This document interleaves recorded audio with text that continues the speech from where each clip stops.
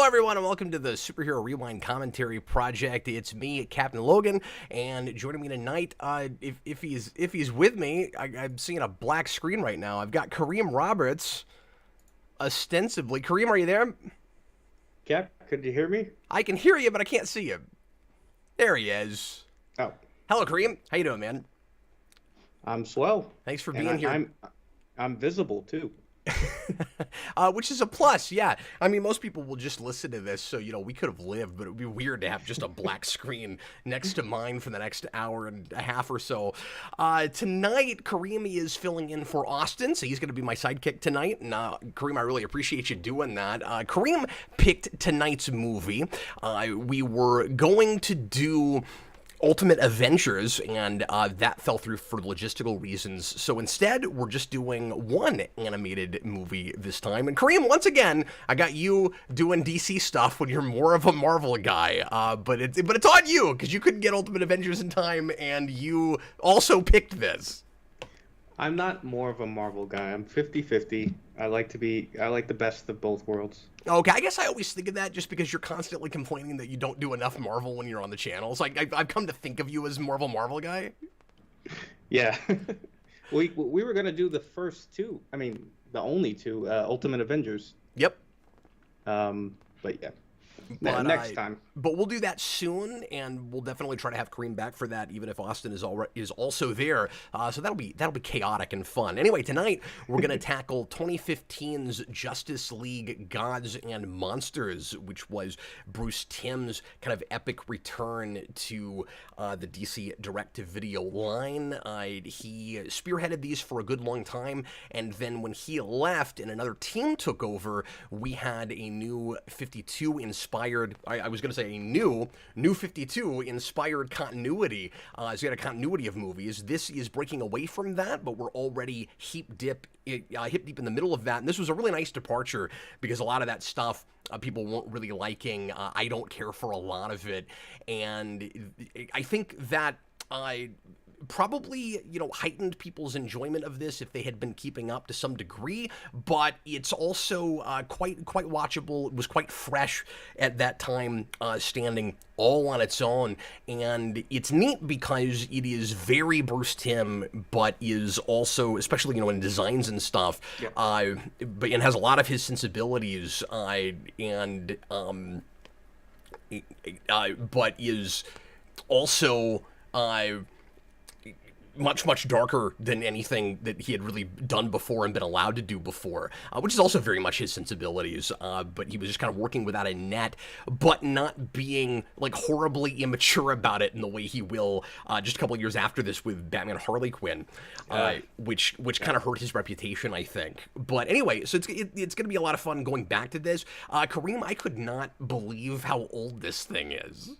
8 years, almost a decade. It doesn't feel like it at all. I have it on Blu-ray. I remember just getting it from the store and just being excited for Bruce Timm's return. And we'll talk about it. Just having those guys back, it reminded me of the Arkham games, where it's just such a treat to get people that have essentially made a part of our childhood back for more contemporary, mature, stories like that. Yeah, absolutely. And again, I just missed this art style a lot and was kind of surprised that it looked as much like the DCAU as it does. Yeah. A lot of the character models are right out of that, although it's kind of a blend of character models because Superman doesn't look anything like anything in that stuff, but then all the women look the way he always drew women. And the Batman character here, it reminded me of Terry McGinnis's Batman Beyond. Yeah, it's funny. I didn't have that until I watched the short with him, because they made 3 shorts based on this, and we'll talk about all of that as we watch this. But that was when he's introduced in that. That's the thing with him versus their version of Harley Quinn, and he's introduced in silhouette, and I had this moment where I was like, "Oh, is he wearing a Batman Beyond costume?" I thought it was a different costume, so I didn't have that thought until right then. He flies the same way. So as always with the commentary project, we're going to watch the movie as we discuss it. We'll try to focus more on story than anything, but we'll talk ins and outs of this whole thing, and make sure to get it to timestamp 0. Get ready to press play when I say now. Watch it however you want to. It is on Max. I'm going to watch on my disc. I have this from the DVD when it initially came out, and so I'm going to watch it that way. But you can, like I said, get it on Max. So get it past menus and everything. Timestamp 0. Get ready to press play when I say now. So I had to reset this up because we talked too long, and then my player shut down. Tom put in a $2 super chat and says it's also the only in line with topless female. I don't know what that means. I don't know what he's talking about. There's a topless female in this movie? I didn't notice that. If that happens. Well, I didn't notice that either, but we'll talk he says, about the pitfalls of Bruce Timm. yeah. Or when he says line, maybe he means there's a movie somewhere that does that. But if so, I don't remember it. Unless he's just talking about Dark Knight Returns. Well, I was gonna say they have like over 30 DC movies like this, and they seem to have taken breathers with like Elseworld stories like this. Like they'll have the Dark Knight Returns and original stories like this, which I think is a really cool idea. Like it is, and they're hit and miss, like everything from this line. Yes. But starting right around here, you're right. They started interrupting the regular releases with things kind of out of continuity, and sometimes they would be based on actual Elseworld stories, and sometimes they would be things like the Arkhamverse movie that they did with the Suicide Squad. But this one is its own totally original story that's not based on anything. All of its characters are, adapted from. We've lost him again. I'm sorry, Kareem. You keep disappearing. I don't know why my phone's. All of its characters are actual comic characters. Obscure as some of them might be. I had to give this 2 watches, Kareem, before I realized that all 3 of the main Justice League members in this movie are actual real continuity or DC continuity characters, because I thought at least one of them was made up for this. So we'll talk about that. But it turns out that it's not true, and there's a lot of really obscure stuff with this movie. Senior Sticks, $2 super chat. This Man-Bat versus Morbius, the living vampire. It is like an amalgamation of those 2 characters. Absolutely. It does feel like a better Morbius than Morbius. There's a lot of stuff with this movie where it actually feels like an improvement to certain things that have come out in the last 10 years. Which is crazy to say because it feels like this came out like 2 years ago. It feels like the first. We'll talk about it. Like, we're talking too much. Here we go. Everybody get ready to press play. We're going to do it right now. Everybody, please press play right now.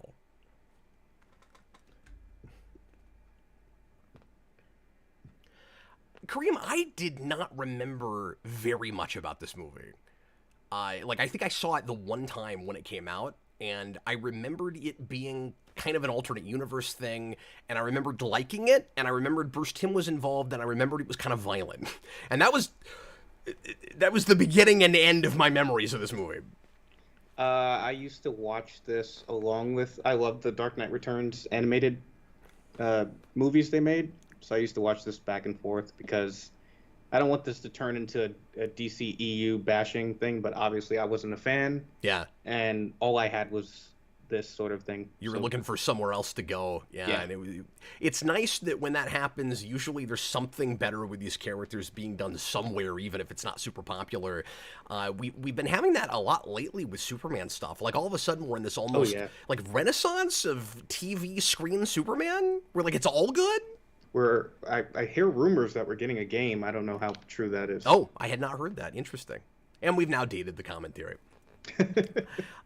So we open with the only flashback that we're going to get about Superman, which I actually think is kind of an odd choice and a little bit of a mistake, given the lengthy flashbacks for origin and getting to our other 2 Justice League members' worldviews and why they've become arguably closer to monsters and than gods. With Superman, all you get is his being born on Krypton, and this is messed up and very symbolic. By the way, that is an ultra sexual moment there. That's a thing that I wanted to point out because I thought it was I laughed out loud when I watched that this week. I mean, you have essentially like an in-computer genetic rape happening in the first 2 minutes of this movie. Yeah, which is horrifying. It's very screwed up. Comic books have a way of just not being subtle at all, and that was just totally blatant. Yeah. And yet it's subtle enough that it's the way to get away with that. I mean, you basically, because this is not censored in any way, or at least it certainly doesn't feel like it is, but there are still limits. There are still lines that even Bruce Timm is not going to cross. You're not going to see... I mean, I don't know. Maybe someday we'll see this, but I would not in 2015 expect to see General Zod rape Laura in the opening scene of a Justice League or Superman movie. But that in a really weird way is what just happened. Right, and we'll talk about it. But the story is framed like Watchmen. Yes. A lot. And you know. Sorry, Alan Burnett was the name I was trying to think of earlier. Yes. It's Timm and Bruce Timm's story, right? Yeah, they co-plotted it, and then Burnett wrote the screenplay. Okay. Kind of weird that Paul Dini wasn't attached.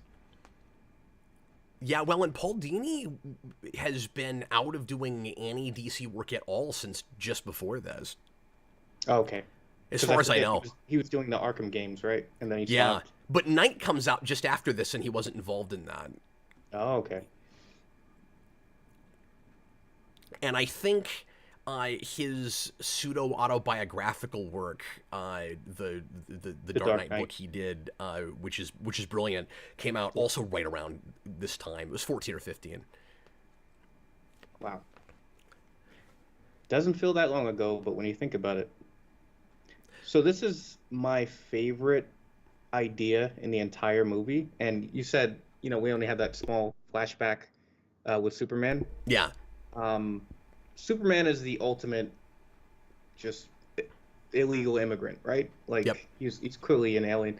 Like, the fact that he is essentially raised by illegal immigrants is what I'm getting. Yes. Is so brilliant.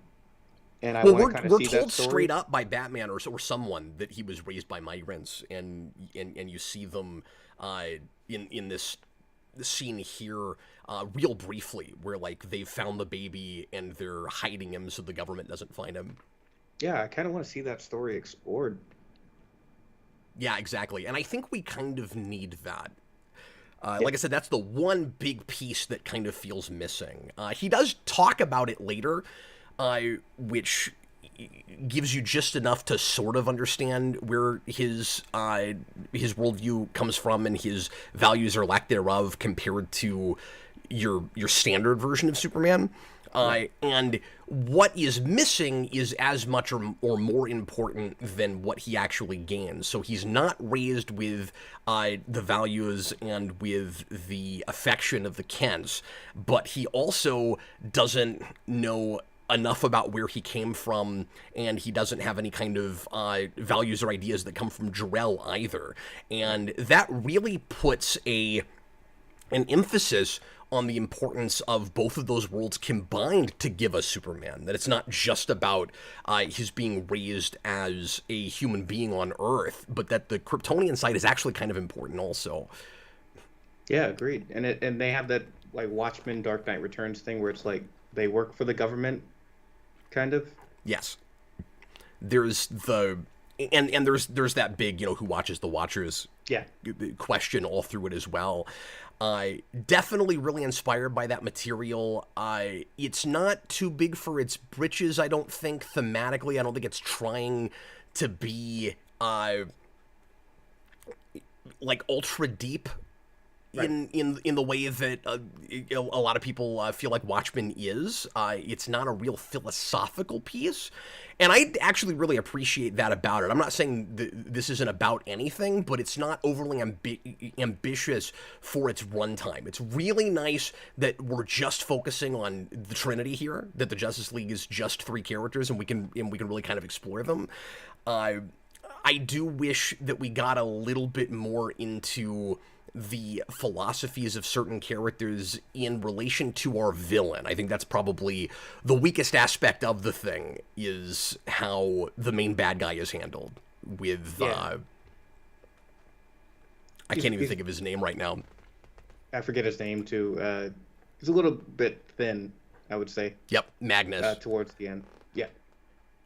And we'll talk about it, but his big ultimate villain plot just doesn't have enough to do with how he gets to such an angry, horrible place. And why would it be so elaborate? Yeah, it seems pretty arbitrary. The mystery of the movie is very intriguing, and I don't think it pays off in a real satisfying way. Yeah, ultimately. And this feels like just an Arkham fight. Yeah, this movie almost feels like a companion piece thematically to a lot of the Timmverse, the Justice League and Justice League Unlimited, where you have a lot of that political stuff of who watches the Watchmen with Luthor and Amanda Waller in that show.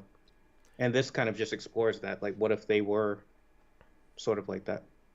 Yeah. What if it starts from that place originally, where people are questioning whether they can trust these nearly all-powerful, godlike entities, implicitly, because they're giving us really good reasons not to.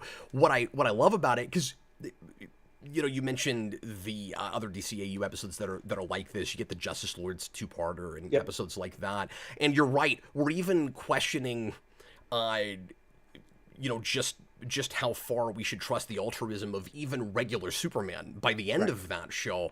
With this, I think it's kind of perfecting that whole thing by putting it in a world all by itself and not ever connecting it up with a regular DC universe. I think the biggest mistake this could have possibly made is by the second or third act, we make it a Crisis thing and we cross it over with a regular DC universe. And I fully expected that to happen the first time I saw this. What I really appreciate about it is that when you get to the end, it is still hopeful, and these characters are complex enough and human enough that they're able to, through the events of the movie and what they experience, get closer to the values of the regular DC characters without ever having to meet them. Yeah. So, Superman in this universe is Zod. Batman is the Man-Bat, Kirk Langstrom. Yes, which is a super cool idea. Yeah, I love Vampire Batman. I wish we did more with that, because from the comics, like when Batman comes out early on, people think it's like Dracula in the sky, he's sucking blood and stuff. Like, they're not sure it's just a guy in a costume. So to have him as a vampire is a really cool idea. But it was kind of weird for me to have Becca from the what's it called, the Fourth World, or New Gods. New Gods, yeah. Because unlike the other two, she's not actually related to Wonder Woman in any way. Yeah, it was like they were struggling to figure out a way to get a Wonder Woman-like character here that wasn't an Amazon. Because what else do? Do you make it Hippolyta? Do you just make it her mother? Like you make it one of her sisters? Like, who's it gonna be? Or her villain, I guess, like Cheetah or something. Yeah, that's true. But then you'd have an odd man out, and you already have that problem with some things in this movie where you'll have like one of these things is not like the others. Sort of issue. So I guess I'll make this point real quick right now, but with our Trinity, two of them, the thing that puts them in a real morally ambiguous place where they could go to, I'll keep invoking the title because it's really good thematically, where they could go either to the God side or to the monster side. Two of them are because of issues with their parents. And then the third one has nothing to do with, isn't that at all. So with Wonder Woman, it's about her father. With Superman, it's about his father, although it's different enough, I guess, in that initially he wants to be like his father and then learns more about who General Zod actually really was. So both of them are influenced in different ways by a parent that turns out to be a monster. Batman is the monster in the Right. first place. So how do you feel about? So if I was writing this, I would have him have a parent issue also, just to thematically parallel three ways. But then I'm conflicted about it because I also appreciate that they're all kind of different. I guess I want them all three to be parents, or only one of them to be parents. By the way, real quick, apologies for forgetting to turn on the timer. If anybody needs a timestamp through this, just put in, if you're watching live, just mention it in the comments and we'll take care of you. I'm going to go ahead and take that off the screen because I forgot to turn it on. Anyway. So how do you feel about the kind of... There's a lot of cutesy nods in this movie, like Victor Freeze has to be in ice. Victor Stone's dad has to be surrounded by robots. Like, how do you feel about that? I like how relatively subtle it all is. Yeah. We're relative to comic book stuff and to these kind of movies. Real quick, so I will finish answering that, but first I have to ask you this question, which is, why do did I miss something maybe? Why do the shape-changing robots look like Batman? I had the same question. I thought they were all... Tiny horses. So obviously we're doing like spoilers with this, right? Oh yeah. Like I thought one of them looked like Batman. Then like each of them are mirrored from the Justice League because they're framing them. Oh, is that the idea? Okay. I thought. That must be the reason. No, that makes sense because okay, now I feel dense. No, you're right because... No, you might be right. Like... No, I think you're right that they don't, because maybe it's supposed to be a reveal that they can change shape, where they subtly all look different, and then later you have one that just straight up transforms into a person. Yeah. Because that was a reveal to me. I wasn't expecting that. Yeah, that one just jumped, and it looked like it had high heels, and that's how it's gonna frame. Yeah, and we're told later that it must have been a woman who did it because of high heels, and then Batman and Superman both are also implicated because one with heat vision, and I forget what the thing is with Batman, but it's something to do with like scratch marks, I think. Yeah. His bite on the neck. We're jumping all over the place, but I really appreciate that each of our Trinity, our Justice League, are characters that if you really know your comics, you've maybe heard of, or you can go do some research and find out that they're real. But for your average viewer that just likes superhero stuff, but like doesn't keep up real hard with comics or hasn't even watched a whole lot of like DCAU and that kind of thing, they're not going to be lost because it all feels original. And I think that's really cool. And so to your question a minute ago, with bringing in like Victor Freeze and Silas and all of that, you get characters that are kind of interesting and amusing cameos if you're familiar with all that stuff, but you don't have to know it. At the same time, it definitely heightens in your experience, and you'll appreciate it a lot more if you have heard of all of those things.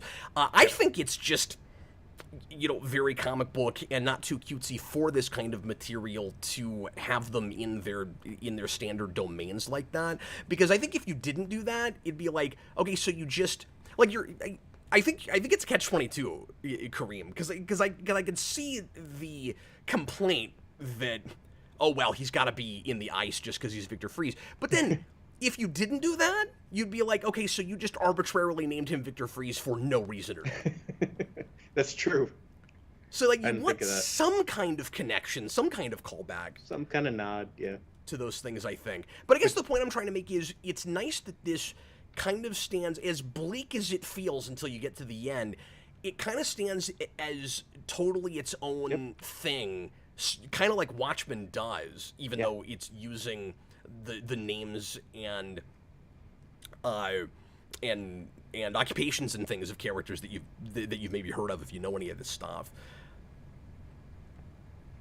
But I guess there is that question of how much would you really care about some of this if you weren't at all familiar with regular DC stuff. So there's that question of, would this work better if it was kind of a spin-off of something that already existed, not just comics, but like if you had, a TV show or a movie universe, and then this is like a mirror universe like Star Trek, but you just never actually connect up with the other one. In this particular case, it works really well to me, but I think that's because we already had Bruce Timm in the DCAU. I think if anybody else makes it's not as effective, because you and I are looking at this like an alternate version of that before anything. Yeah, that's a really good point.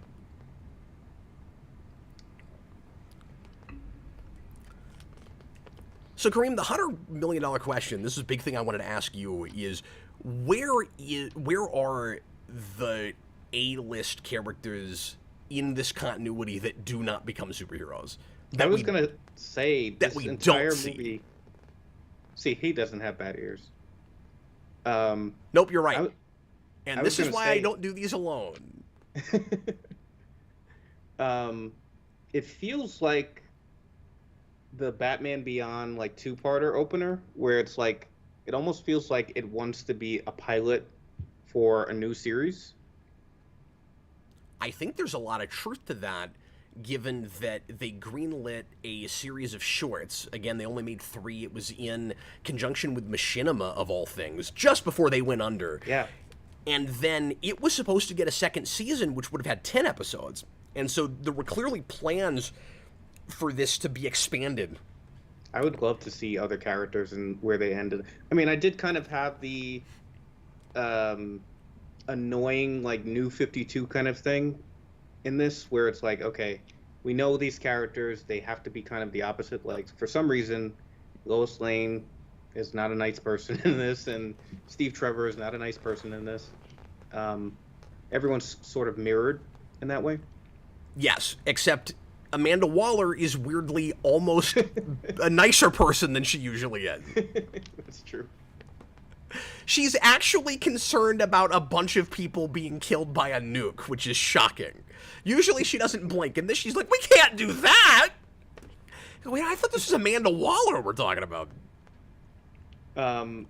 Andrea Romano, of course, does all the Timmverse projects. She's done an amazing job with this. I think Michael C. Hall as Vampire Batman is so inspired. Yeah, it's genius. And nearly all the voices in this, I think, are quite good, except for some kind of, I don't know if I want to say cameo things, but like one-shot characters that feel kind of throwaway. I think I know what you're talking about. Darkseid. Darkseid doesn't work at all. Yeah.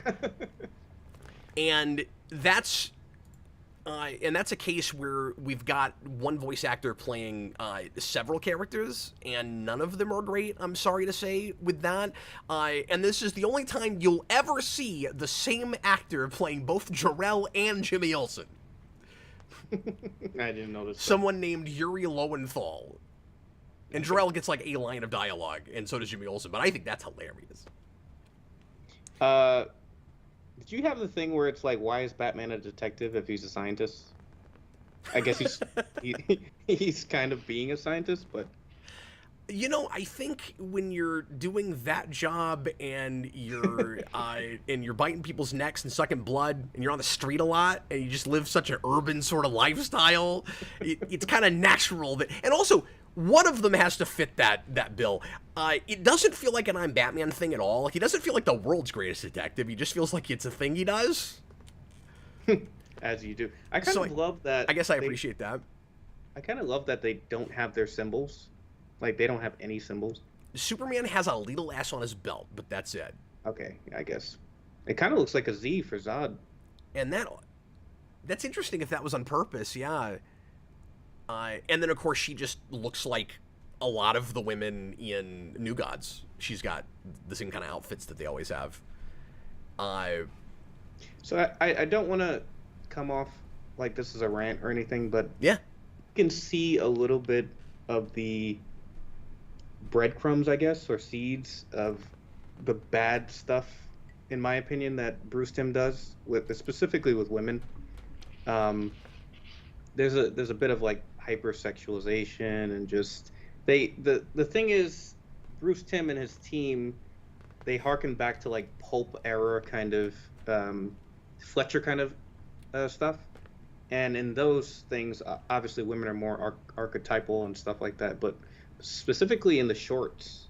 Um, That's where it's the worst. Yeah. yeah, I had a It actually big didn't take me out in this more than a couple times, but it's really bad in the Wonder Woman short. yeah, the villain's wife kind of took me out in this a little bit. Oh yeah, that's a good call. But And yeah, shorts. it's the place where the adult stuff is most in your face, I think, or where it's most out of place. Yeah. I think it earns its violence for the most part, Agreed. given the situation and again the moral ambiguity of these characters. And I want to back up for a minute and say that the thing this most gets right about doing the darker, more rough and tumble kind of playing with superheroes in a more realistic or cynical world is it's not evil Superman again. It's more complicated than that. Yeah, I love that. And I really like that about it. And it's this odd thing with this movie because this is a trend we do now, and this was sort of the beginning of it. Obviously, it didn't start it, but we do the multiverse kind of alternate universe, what if, Elseworld kind of thing. And yeah, we just tend to go like a lot more cynical, which is interesting because it's the DCU, which is not normally. It's really weird, again, with a movie that I feel like just came out a few weeks ago that is 8 years old, but I actually have to say it's oddly a little ahead of its time, because the only thing I was thinking all the way through, besides Watchmen, was Invincible. Yeah. I had hard Invincible vibes all through this. And obviously, particularly the Amazon show, tonally, attitude-wise, the way it's simultaneously kind of realistic, but also pretty heightened and doing stuff you can only do in animation. It's a lot like that show. Yeah, I didn't even think of that. And in the way it's handling the moral ambiguity of its characters as well, you can see some of that stuff fitting perfectly in this universe. And we do, evil Superman is a pretty annoying trend over the last few years. It's just overdone. Yeah, we do it with The Boys. We do it with Injustice, like all that stuff. Yeah, I mean, in Amazon's defense, or at least in the defense of those two shows, those are at least pre-existing properties from over a decade ago. Yeah. Maybe even a couple now. That they just, that's the trend, as you say now, so they were able to get greenlit at this point, but at least it's not, even, besides Injustice, more like brand new things coming up and going, let's pretend like we're the first thing that's ever done an evil version of Superman. I love that with this version, he starts from a place where not only is he willing to kill people when he doesn't necessarily have to, but he's borderline fascist, and he's considering maybe it would be easier if we basically just ran everything, just ruled the world. He's already acting above everyone and not taking accountability for things, and doesn't feel like the rules apply to him at all. There's a scene later where he shows up at a crime scene, and he's not supposed to be there because he's not a cop, but he's like, stop me. He just does his thing. But then by the end of the movie, he's able to move away from that when he realizes that he does not want to be like General Zod. When he finds out that Zod actually was responsible for destroying his planet in trying to rule it. Yeah, and it's like you said, these people obviously have a reverence for the real Superman, so when they do these pivots, it's not really a, hey, Superman's lame, let's do a cool version. No, it's they're proving why he matters by doing... It's the Mark Waid thing. Yeah, by kind of doing the opposite. Also, it's interesting that we almost did Ultimate Avengers tonight, because this has shades of that, too. Yeah, that's a good point. Okay, folks, you always want to have some, like, capital letters in your passwords. Maybe, like, an exclamation point, or, like, some numbers. That's a trope that I'm so done with. Oh, I thought of a thing that you're obsessed with, and I just typed it in as your password, and it happened to work. That doesn't work in the real world, especially once everyone is online. Yeah. Like, this is 2015, folks. The internet has taken over our lives for a couple of decades now, or at least a decade and a half, and Magnus is able to get in because he figured, Kirk's password was probably Batman. It's almost as bad as the Batman and Robin thing with Peg. When Batman password protects the whole Batcave with a 3-letter password. That remains undefeated. Undefeated. I'll never stop talking about it. So Kirk Langstrom, I've always said, is basically the Batman version of Kurt Connors, although he probably predates that. But it's interesting that their names are so close. You got a Kirk and a Kurt, and here he's even more like Kurt Connors, I would say, than he typically is. And it's kind of interesting that he turns into in some ways, like, less scary creature, or at least less scary for him, because it doesn't take over his mind, but he does have a bloodlust now, so, like, it makes him into a vampire. It's kind of weird that in this universe it gets him to, like, a halfway point. But the reason all of that works and is fine is because the distinction between Elseworlds and What If, right? It's that we're reinventing this whole thing and so we can make little tweaks to stuff that you can't do if you say the continuity is the same up to a certain point, and then it diverges. So when I asked earlier, where are the other Justice League members we don't see? So you get like a little kid cyborg, and we've already killed. We talked over it. I love the tiny horse thing. I love the conversation with Palmer's wife when he's like, we might be able to put stables in the backyard now because we can shrink them. Like, that's fun. But yeah, we've killed him, and so we know that a lot of these characters exist. We got John Henry Irons later. You've got all these scientists. A lot of these characters exist in this universe. But we can put them in totally different places, and you can imagine that. You know, to your point earlier, like, is it bad that Lois Lane is kind of more of a jerk face in this than usual? Well, look at the world she lives in. Look at what she has to put up with. Look at the fact that she's not inspired by Superman here and does not believe in him, and for really good reason. So, it's able to have its cake and eat it too, I think, really well with that, where in some cases we just put these characters in such different situations and we can make those tweaks and it's fine. And in other cases, even if they were exactly the way they usually are, this world would change them. Yeah. And it seems like most of these characters, specifically the ones that are superheroes in the main universe, are just doing their secret identity jobs. Like, they're all just scientists or whatever they do, like when they're not superheroes, which is fun. Yeah. I kind of imagine, like, Bruce Wayne and Oliver Queen just being playboy billionaires. Yeah, maybe so. Well, that was the question I was going to ask, too, is it possible that they just don't exist in this universe? Because they wouldn't have to. I mean, keep in mind that you don't have a Kal-El. He does not exist. Oh, yeah. Because this guy took his place. If you do have an inciting incident that diverges a regular timeline, there's an argument that you do, actually. If you do have that, it's that Zod steps in and decides, this is icky, but decides that his seed needs to be put out in the universe instead of Jor-El's, and forces it with Laura's, because they do the kind of post-crisis Krypton where apparently they're not having children the regular biological way. Yeah, that's probably the most mature thing in this movie. Like you said. And it's in the first 2 minutes of the thing. Yeah. No, it's really messed up. But I love how it's messed up if you really think about it. Yeah. It doesn't feel gratuitous.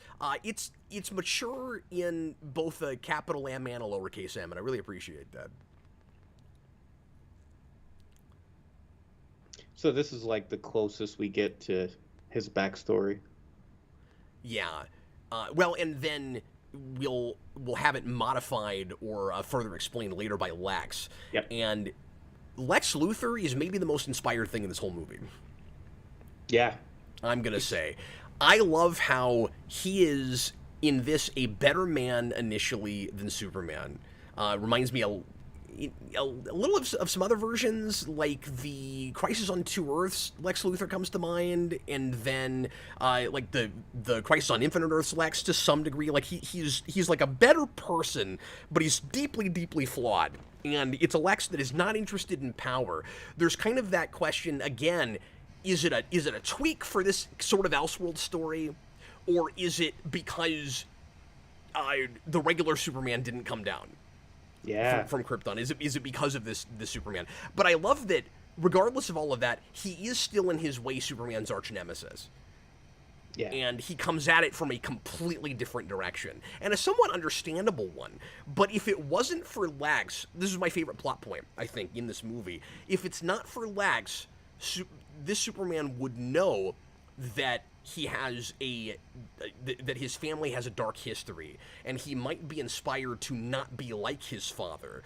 But because Lex kept that information from him for that very reason, afraid that he would be darker and would be, what would he do with all that information from Krypton? What would he do with all of that science, all that knowledge? Yeah.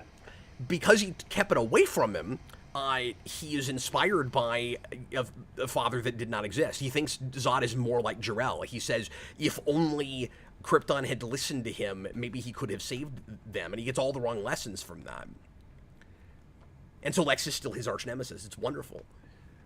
It's sort of Lex with a point, because Lex always uses, that point of that lie of, like, you can rule the world or something with the normal Superman. So he actually has a point. Normally it's just like his insecurity. Yeah, that's right. Well, and he has a point in regular DC stuff, in that there's always that possibility for Superman to turn. Like, it isn't always that black and white. It's like Superman so far has shown that he's perfectly altruistic, but Lex can't accept that because right. A, that's not what he would do, and because B, can you ever trust it? If somebody is Yeah. that all-powerful, should you trust that? So in that way, he has a point, but you're right, it's always really self-serving. Yeah. And in this case, kind of less so. He's weirdly a lot more altruistic than he usually is, and it's because this Superman is not. I'm starting to talk myself out of the argument that this is not a what-if story. It actually could be. It is sort of. It does work that way. It's ambiguous about it, which is cool. I also love little subtle things. This is the right kind of quote-unquote fan service, where, again, if you're not into comics and stuff, you're not going to notice these things, you're not going to care. But it's fun because we're putting these things in because we need different characters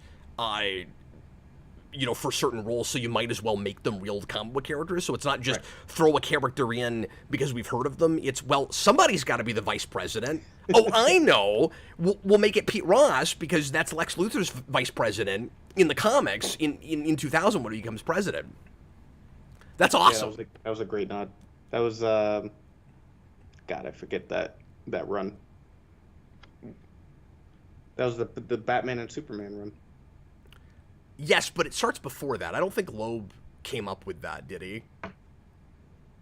Lex Luthor for president? Yeah. You might be right. I thought that was like in the regular Superman book, and I'm not sure who wrote that. I don't think it's Jurgens. I'm not sure who was writing that right then.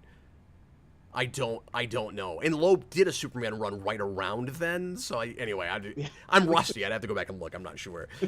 But it's also cool for the same reason, because Amanda Waller is as scary as Lex Luthor as president. Yeah. And so you want somebody with, a real heart and compassion, and that actually cares about people to temper that. And that's what Pete Ross is. So it's the same thing.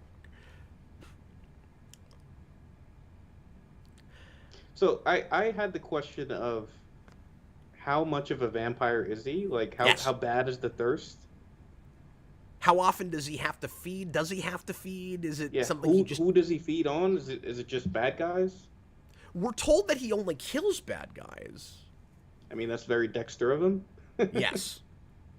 Well, and I'm going to assume so, because that's the only way he can remotely be redeemed at the end. The fact that we never see any of these guys kill in straight up cold blood makes it arguably possible to still call them superheroes that just go farther than maybe you would want them to. They're superheroes in exactly the same way that, like you said earlier, the Watchmen superheroes are superheroes. Yep. Is Rorschach a superhero? Well, more so than the Punisher. He's brutal. It's excessive force, but he's still, he's not mowing down everything that moves. I mean, like the Punisher also only kills bad people, so like, there is sometimes that argument that maybe he sort of can be a superhero also. But Rorschach is more of that vigilante that just doesn't tolerate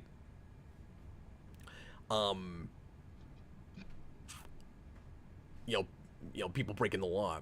Yep. More of that extreme example. They're government agents, kind of vigilante, appointed. Yeah, and that's the other way that it is just straight up Watchmen. Until, of course, Rorschach isn't that. I was also going to make the point earlier that it's interesting that, again, is this a what-if question, that argument. It's interesting that, like you said earlier, all these scientists don't become superheroes. They don't put on costumes, even though they're in a world of superheroes. Well, they are and they aren't, right? Like, superheroes haven't been outlawed like there are in Watchmen, but everybody is so intimidated by the Justice League, nobody likes the idea. Nobody's interested in superheroes in this universe. It wouldn't occur to any of those guys to be superheroes. Yeah. They don't want to work with the Justice League, and they wouldn't want to be ruled by the Justice League. That's interesting too, because we always talk about this with our reviews. Like, Marvel obviously is more realistic in the way they handle the world in the comics, and DC is more of that fantastical, mythical kind of thing. So it's like, what happens if you take that away and put them in the real world? And it's like, yeah, none of that inspiration without Superman, without all these superheroes. Being a superhero wouldn't be awesome. Yeah, it's what Kingdom Come is about, where instead you have like a golden age of superheroes that ends, and then everybody with powers later gets the wrong idea from all of that. Yeah, like it never happened here. It didn't happen here. Yeah. So instead you get something sort of like Kingdom Come earlier. Not really. I mean, it's not exactly the same thing, but... Well, Lex in this kind of reminds me of Batman in that story. Yeah. Especially when it gets crippled. Yeah. It is kind of odd. I mentioned this before, that Becca doesn't really have anything to do with Diana, but like Steve Trevor, like she's the only character in this that basically has her cast here. Well, I'm going to argue with you about that in a second, but what's weirder than what you just said, besides his eyebrows, is the fact that a new god is throwing an origami paper airplane. That's very strange. You're thinking about it a little too much, Kat. Wait, yeah, but did you ever think you'd see Orion throw a paper airplane in a DC movie? So Superman has his supporting cast also, but not as traditionally as she does with Steve Trevor, because she's not actually Wonder Woman, but she's dating Steve Trevor, and really explicitly, may I add. You're right. That's the place where with the shorts. Yeah. That's the place where Bruce Timm's kind of sexualization or kind of womanizing sensibility, if you like, comes in. And don't get me wrong, I have no problem with, especially these really heightened comic book things where everybody looks perfect and they're like kind of drawn naked and then you just paint on top of them. Like, women can look sexy, that's fine. The issue is more in dialogue that kind of takes you out and stuff like that. Well, also intrusive dialogue. I mean, I guess we could talk about it real quick. I thought the Superman short was brilliant, but the Batman one and the Wonder Woman one, I wasn't a fan of. The Superman short, that is 5 minutes long, and it hurt my feelings for the next 2 hours. Couldn't even deal with it. I wish that was kind of the opening of the movie. Oh yeah, it could have been. And if these weren't limited to like 75 minutes, they might have gotten at least that one in, and that could have been... It'd be weird if that was our flashback, but it would also kind of tell you everything you need to know about the Superman.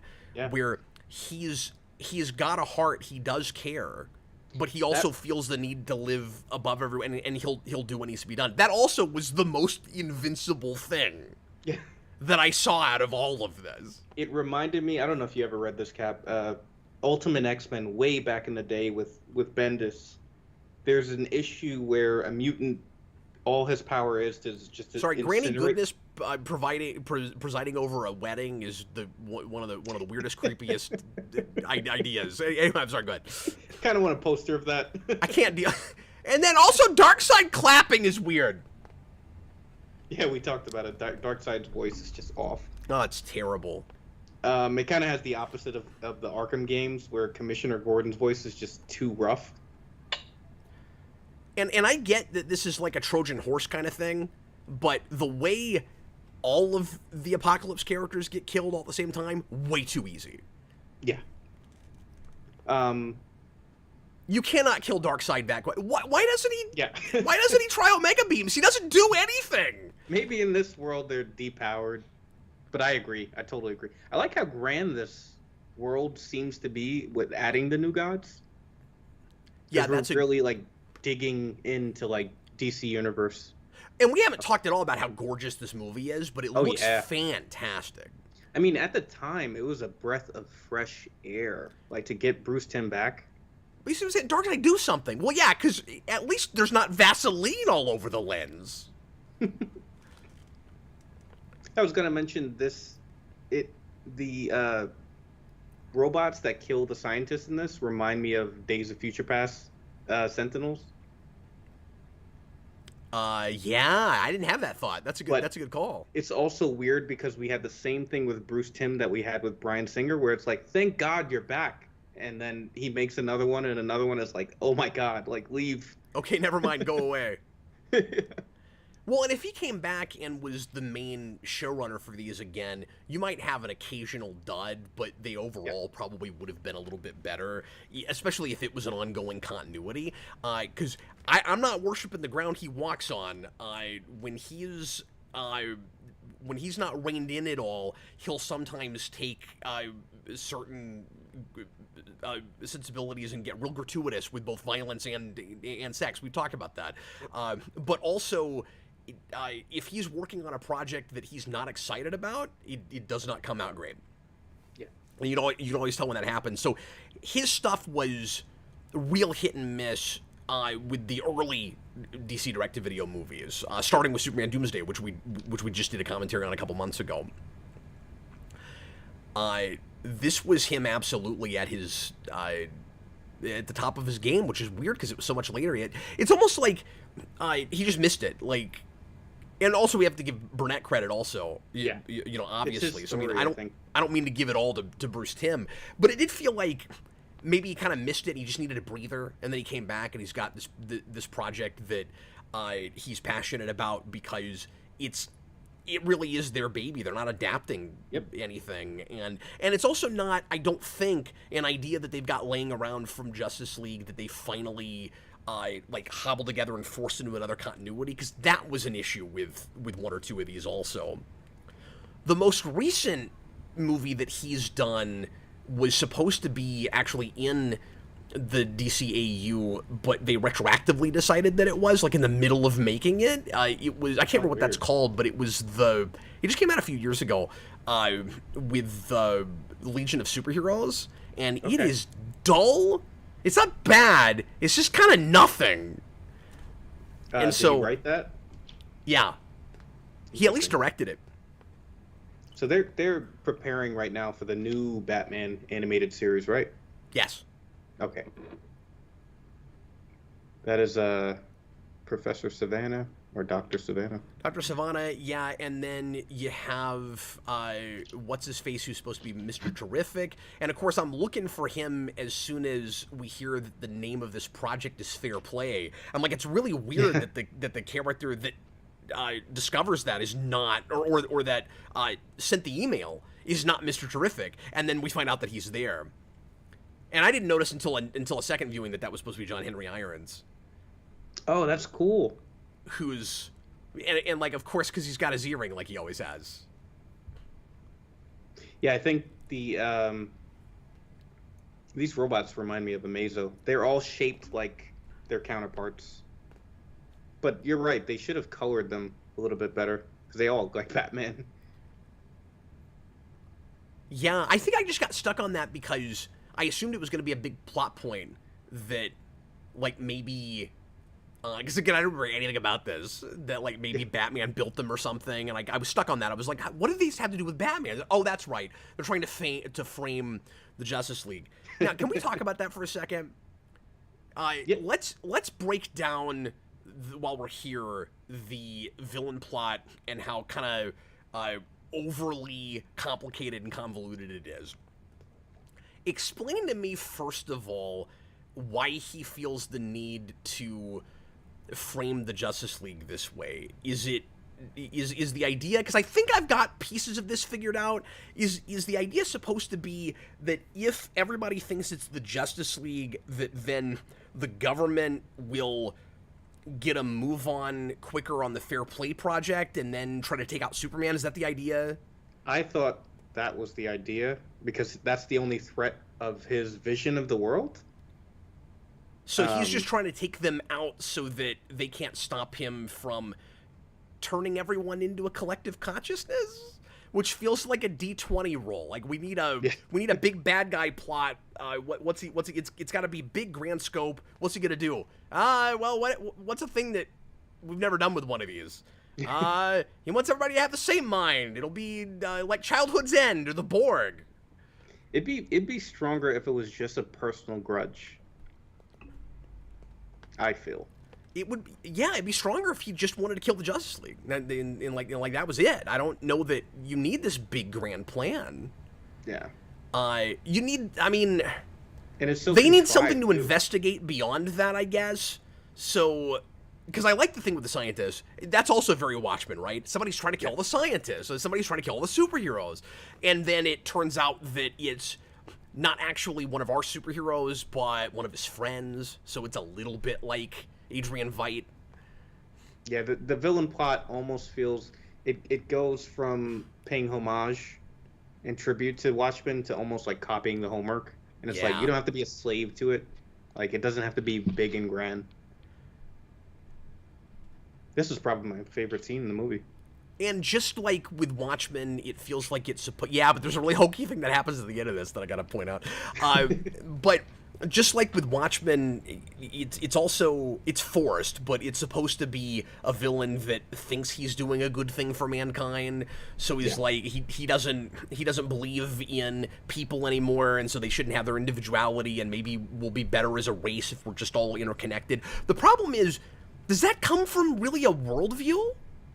Yeah, I don't know where it comes from. It's Why not is he explored. concerned about that at all? Like he's just jealous because his wife wanted to be with his best friend and never gave that up, and then he accidentally killed her, and then after that he went nuts and decided he was going to try to save the world. So is that all it is? Is it just your typical, well, he's crazy now kind of thing? Because that's how it watches to me. Yeah, and it's also like we're not comparing them obviously, but like Adrian Veidt is so endlessly interesting. Oh no, we are comparing them. We have to. The movie invites us to do that. Like this guy is just so dull compared to even the Batman character in this. Yeah, and tell me if you agree with this. I think that's the one place where going to too obscure of a character actually kind of hurts it. Yeah. Because he's just not memorable. So what you did was you replaced all of your Justice League with characters that people aren't going to be very familiar with the exception of maybe Man-Bat, right? But it's still Batman, Superman, Wonder Woman. So it's A-list characters with C-list secret identities. Okay, that's cool. Your villain is a guy from Metal Men? I don't know anything about Metal Men.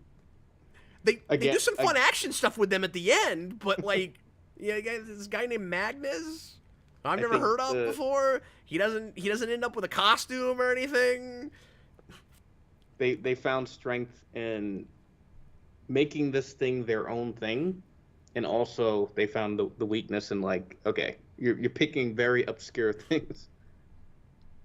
Yeah, you're absolutely right. What it needed to be was some other villain mantle. It might have been harder to make it a big reveal, a big secret. Yeah. But you make it another villain mantle that this guy takes over. Yeah. I don't know what that is, but... Well, you can't be too obvious because it's a mystery. Yeah, but I guess what you could do is when you find out that it's Magnus, he shows up at the end and he's wearing, a Metallo suit or I don't know whatever. No, it could have been that because it's Metal Man. It could have been Metallo. You make him a Superman villain. That'd be cool. It'd have to be some kind of scientist. Yeah, and you could say that instead of, here's what you do: you make him Metallo. And instead of building a doomsday weapon that kills Superman with red sun rays, you're synthesizing kryptonite. The scientists have found a way to make kryptonite from things that are on Earth. They can synthesize it. And then his suit runs on it. And that'd be a good idea. And then maybe forget the nanite thing. Maybe have, this might be kooky, but maybe have Man-Bat be you have a serum that's based in kryptonite instead of based in nanites, and then there's your connection. That'd be way more interesting. Well, yeah, I fixed it. No, that's not the only thing you could do, but that's an idea. Okay, Superman is talking in space, and Lex can hear what he's saying. It's Superman, Cap. He's in space. There's nowhere for the talking to travel. I get that when we do explosions in space, we can hear them, but that's always just for the audience. The idea that they went full on Superman 2 with that, with like Ursa on the moon. You can't do that. Oh, you just broke that scene for me. I can't take you seriously when you do that, and this is supposed to be a really serious movie. Although it's certainly got its quirky stuff. I mean that's one thing that I was kind of surprised really works with this, is that it can be as bleak as it is, but still go to those really creative, fun... Again, a lot like Invincible. Yeah. I just can't get off it reminds me of, like, we talk about Bruce Timm's faults and everything, but obviously we know his strengths and things like that, but at its best, it's like the Justice League movies and the Justice League show and the Justice League Unlimited show, where it's for kids, but it has this adult charm to it. And there's a lot of these like lines that you could just think about and just laugh about and things like that. It has a charm to it. Yeah, and we're challenging everybody with our story, and we're challenging the like golden age altruism of superheroes, where we say, okay, these characters can make all the right choices at the end of the day, but we have to make that really hard for them. Yeah. In order to raise the stakes and make us believe it in a more modern sense. And I mean, I'm fine with fun superhero stories that could not happen in the real world. But if you want to tell a story that's more sophisticated, about people, a little bit more three-dimensional, you do it like that. You do it like Captain America with Winter Soldier. You do it like Deep Space Nine with Star Trek, where you say those ideals can still hold, but push it all the way up to the edge and make it really difficult for our characters to not go to the baser parts of their humanity. And it's part of why this was I like this so much a couple years ago, is because I'd rather you do this like an original story than just take the DCU and make everybody cynical like they did with the New 52. And like Snyder did with Man of Steel and BVS. Yeah, and in the movies, right? Like, that's kind of what happened, and that's kind of what informed culture for these past, like, couple years.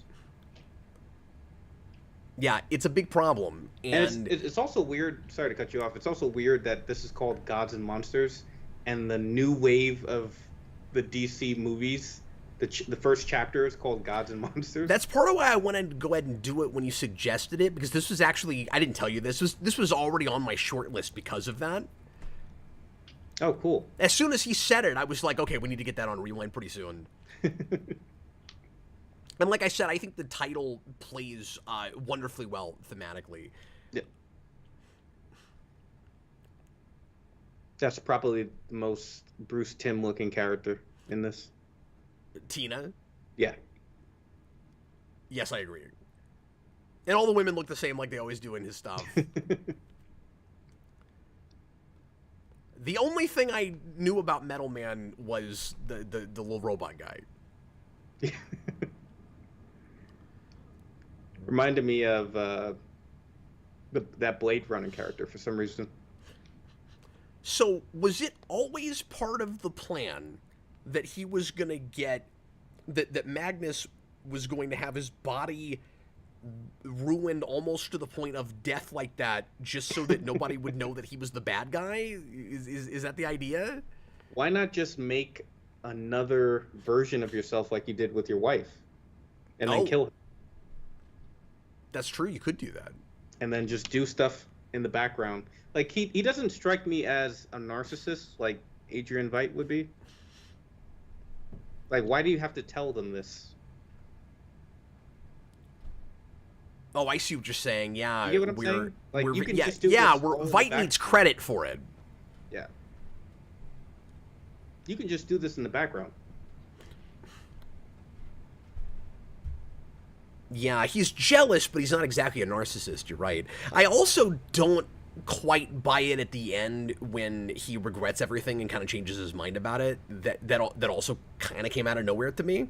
It's way too easy. It's like he just felt bad because he lost, and then now you wishes he didn't do any of this. A lot of this stuff reads like, again, it's supposed to be a pilot. Like, don't worry, we'll do more stories. Yes. In this universe. Well, and to its credit, it sets up a rich enough universe that I would have loved to have seen more. I actually would put this, and it's cool that it feels as separated from this as it does, because I don't even know that what I'm about to mention inspired this very much, but it's just like Flashpoint. It reminded me of it. Yeah. Where I loved that universe and wanted to spend more time in it when that happened, and I liked the side books, a lot of them, more than I liked the Flashpoint miniseries. Yeah. And I thought, I always wanted that to just be its own Elseworlds world, make it like a Earth 3 or something, right? And then just keep doing stories in that universe and forget using it to reboot everything. You have something really cool here with like Citizen Cold and with Thomas Wayne Batman and all that stuff, and then you just keep doing a comic line with that. Same thing with this. And in their credit, to their credit, they tried. They were going to do more stuff with this. This was, I don't know how popular it was, but everyone that I heard that saw it was deeply impressed with it. Yeah. And it makes me wonder how we never got sequels. How did we never go back to this at all? It got digital comics the year it came out, but I think that's it. I think it had those. Yeah. I've never read those. I picked up some of those, too. They were good. But I think that, just like the shorts, was also just prequel matter. It was like Superman's origin and that kind of stuff. Yeah, I think this was like a sleeper kind of thing, only appreciated by the Timm people. I mean, I think the newer fans were just just the diehards. But also, nice of them to give us something like this. Yeah, this is not. We were asking for it. And then it's not worried about being accessible at all, is it? Yeah. We were asking for Killing Joke, and look how that happened, so. Yeah. No, that's right. This is the epitome of what I always wanted. Like you said, what I always asked for, going all the way back when we would adapt something way too big and complex in 75 minutes. Where I'm like, just take some of those ideas, or take certain characters, and just reinvent it and come up with an original story that you can that's not overly ambitious, that you can actually fit into that amount of time and tell the story you want to tell. And this does that. Besides needing a flashback scene for Superman, I have no issue with the length of this and the pacing of this. It feels like it gets plenty done, and like a lot of world building. Beyond just, developing our main characters. And it doesn't lose sight of its story or anything like that, where it just meanders into something else. Like, we got to explain this part of the universe. It's very much just, this is a mystery plot. Yeah, a mystery plot that not great by the end, but it's interesting while it's happening. The only place where I have a pace issue, I guess I'll say, is I think the Batman flashback goes on too long for being, especially for being, and this is how you usually should do this, but for being an in-scene flashback. So he's standing in that room, Kirk Langstrom, and he's remembering how he became a vampire. And we flash back to that, and we live in that for so long, I forget that there's a regular narrative moving forward. Yeah. And then by the time we get back to it, I'm like, how long were you standing in that room? Remembering all of this. I totally forgot that there was a framing device for this. Not as bad as the Batman staring at the sky with a symbol in BVS. Well, no. No, this does nearly everything better than that. There are some places. Do you ever feel like you can kind of see this in script writing?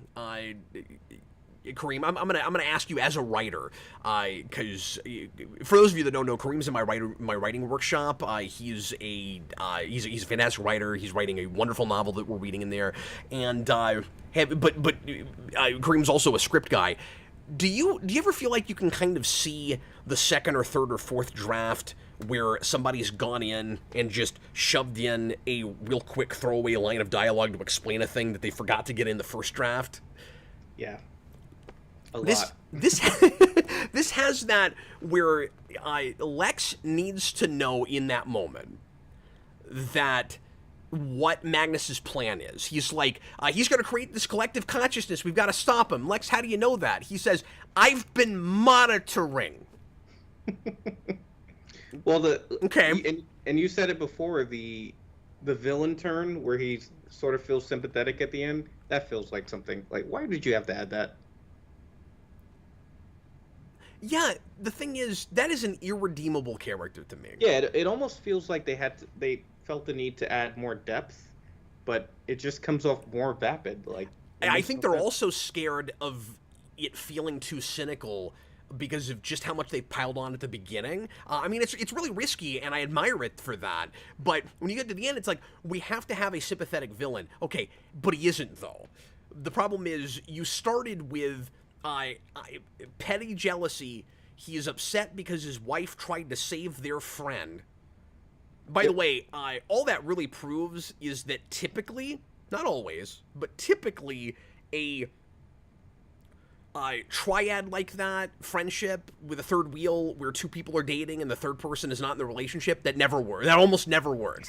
They should have been like a dating couple. Like, if Kirk Langstrom had been with a girl, then maybe it would work out okay. But the problem is that you had a girl that was into both guys. That's not going to work. It's never going to work out. Don't do that. Reminded me of Mary Jane and the Tobey Maguire Spider-Man. Yeah. like your villain. Okay, so I'm gonna complain about this. Your big convoluted villain plot where he's gonna try to combine everybody's minds into one starts from a love triangle. Okay. When you put it like that.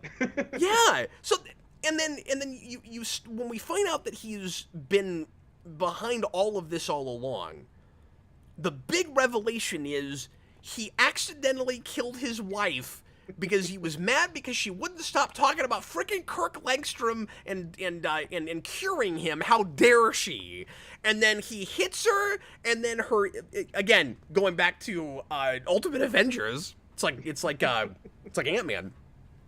Oh yeah. He hits her, and she hits her head on a table, and then she dies. And that guy is gonna be redeemed at the end. Okay. All right. Nope, completely unlikable from the very beginning. And that's fine, he can be. But you can't pretend like there's anything to redeem there, folks. They were trying to do an optimistic DC universe kind of thing. It's like, not this guy. Yeah. Like you already had that with Luthor, so. Yeah, it's overcompensation. I don't know much about science, but if you go deep underground, is this gonna happen? I felt dumb watching this. I was like, really? It's not as bad as the moon. Or not the moon. Talking in space. Talking in space. Okay, maybe it is as bad as Talking in Space. This fight with her, I forget what the shape-shifting girl's name is supposed to be, but that whole thing's awesome. Yeah.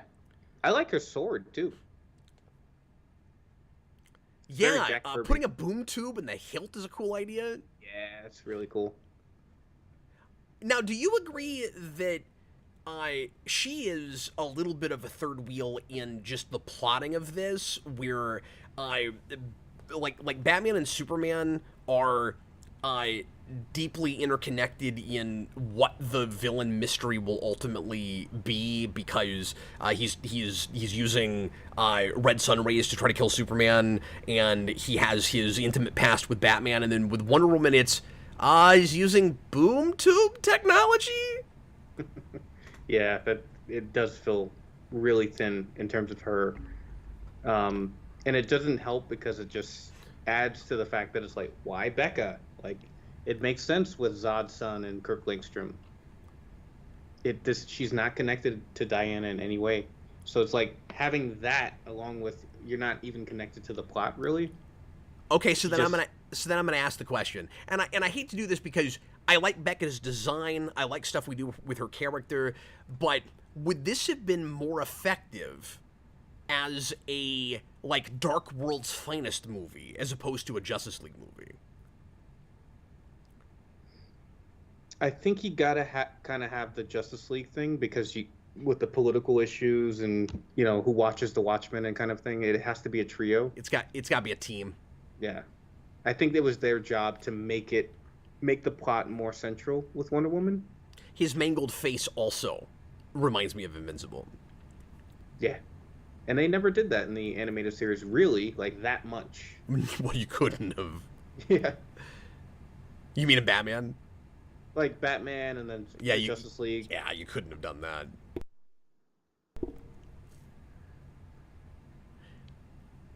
Folks watching live, apologies for not interacting a lot this show. We'll tackle comments at the end tonight, I think, because this is short enough and dense enough that there's been a lot of stuff we've wanted to tackle as it comes up. So I'll get to super chats and everything right at the end. Yeah, say something in space, Superman. I'm curious start to know talking. if there's any symbolism in that. As soon as you mean like a phallic thing, or yeah, when he throws that and it explodes like it does? Did you have what I did? My first thought was you should have thrown that a little farther. It looks like it's gonna take out the Earth. This is not Clark. He doesn't care. One of I thought that death was cool though. Yeah. And then, of course, he's got the pipe, which is supposed to symbolize their old friendship that has fallen apart. I like the idea of their Batman having kind of his own, like, Smallville Lex Luthor. It just doesn't really work. Yeah. Where, like, they used to be best friends, and that whole thing is falling apart. Like a Gotham scientist or something. I don't know. Something closer. Yeah. No, I'm totally with you. Yeah, what Batman villain could that have been? I would have to think about that.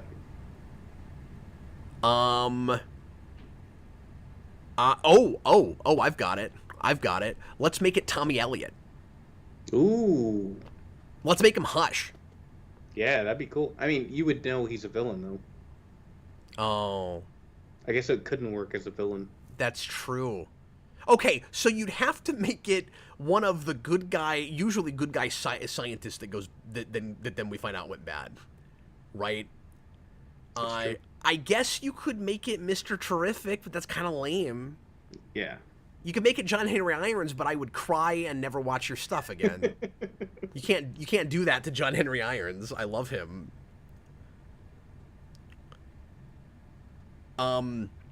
So one of the silliest moments we talked over, and I have to mention it before we finish up here, and Kareem, which is the part where Superman yells at one of the shape-shifting robot things to get information, and I'm like, they don't talk. They're not gonna say anything to you. He was like, I can't remember what he said. If it was like you know, where are you from or whatever. But I'm like, he's not gonna talk to you.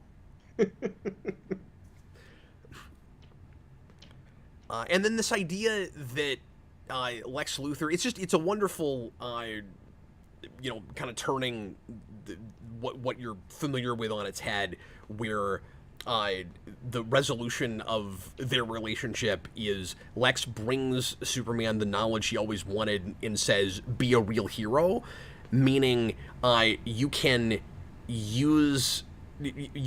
not just go out and save people, but you can make the world a better place with all of the science information from Krypton. And that kind of allows him to remain a god in a way, because he's going to change things on a bigger scale, but because he actually cares about people, and so that makes it feel like he'll live more with people and not above them. Like, it's also cool that they're talking about, you know, being better at the end, but it doesn't look like it's going to be perfect. Like, they're gonna, you know, obviously struggle with that, and I'm not sure if you can get Batman to stop biting people's necks. He may need to survive. We don't know. Yeah, like I said, and this is the DCU played more straight, where it's not as mythical, it's not as comic booky and fantastical. Yeah. So it's like, at the end of the day, they still do work for the government, I think. You know, it's not like There's still going to be Avengers. Some moral ambiguity there. Yeah. They're not superheroes that you want to aspire to, like the normal DCU. You know, they have their flaws. No, but importantly, you can tell Superman wants to be that now. Yeah. He wants to set an example. Enough. He realizes that that's the big mistake they've made, is they're not setting an example, and he followed the wrong one. Yeah. With who he thought Zod was. And also, more importantly, you can understand why each of them, you know, acts like this. And basically, you can understand their characters.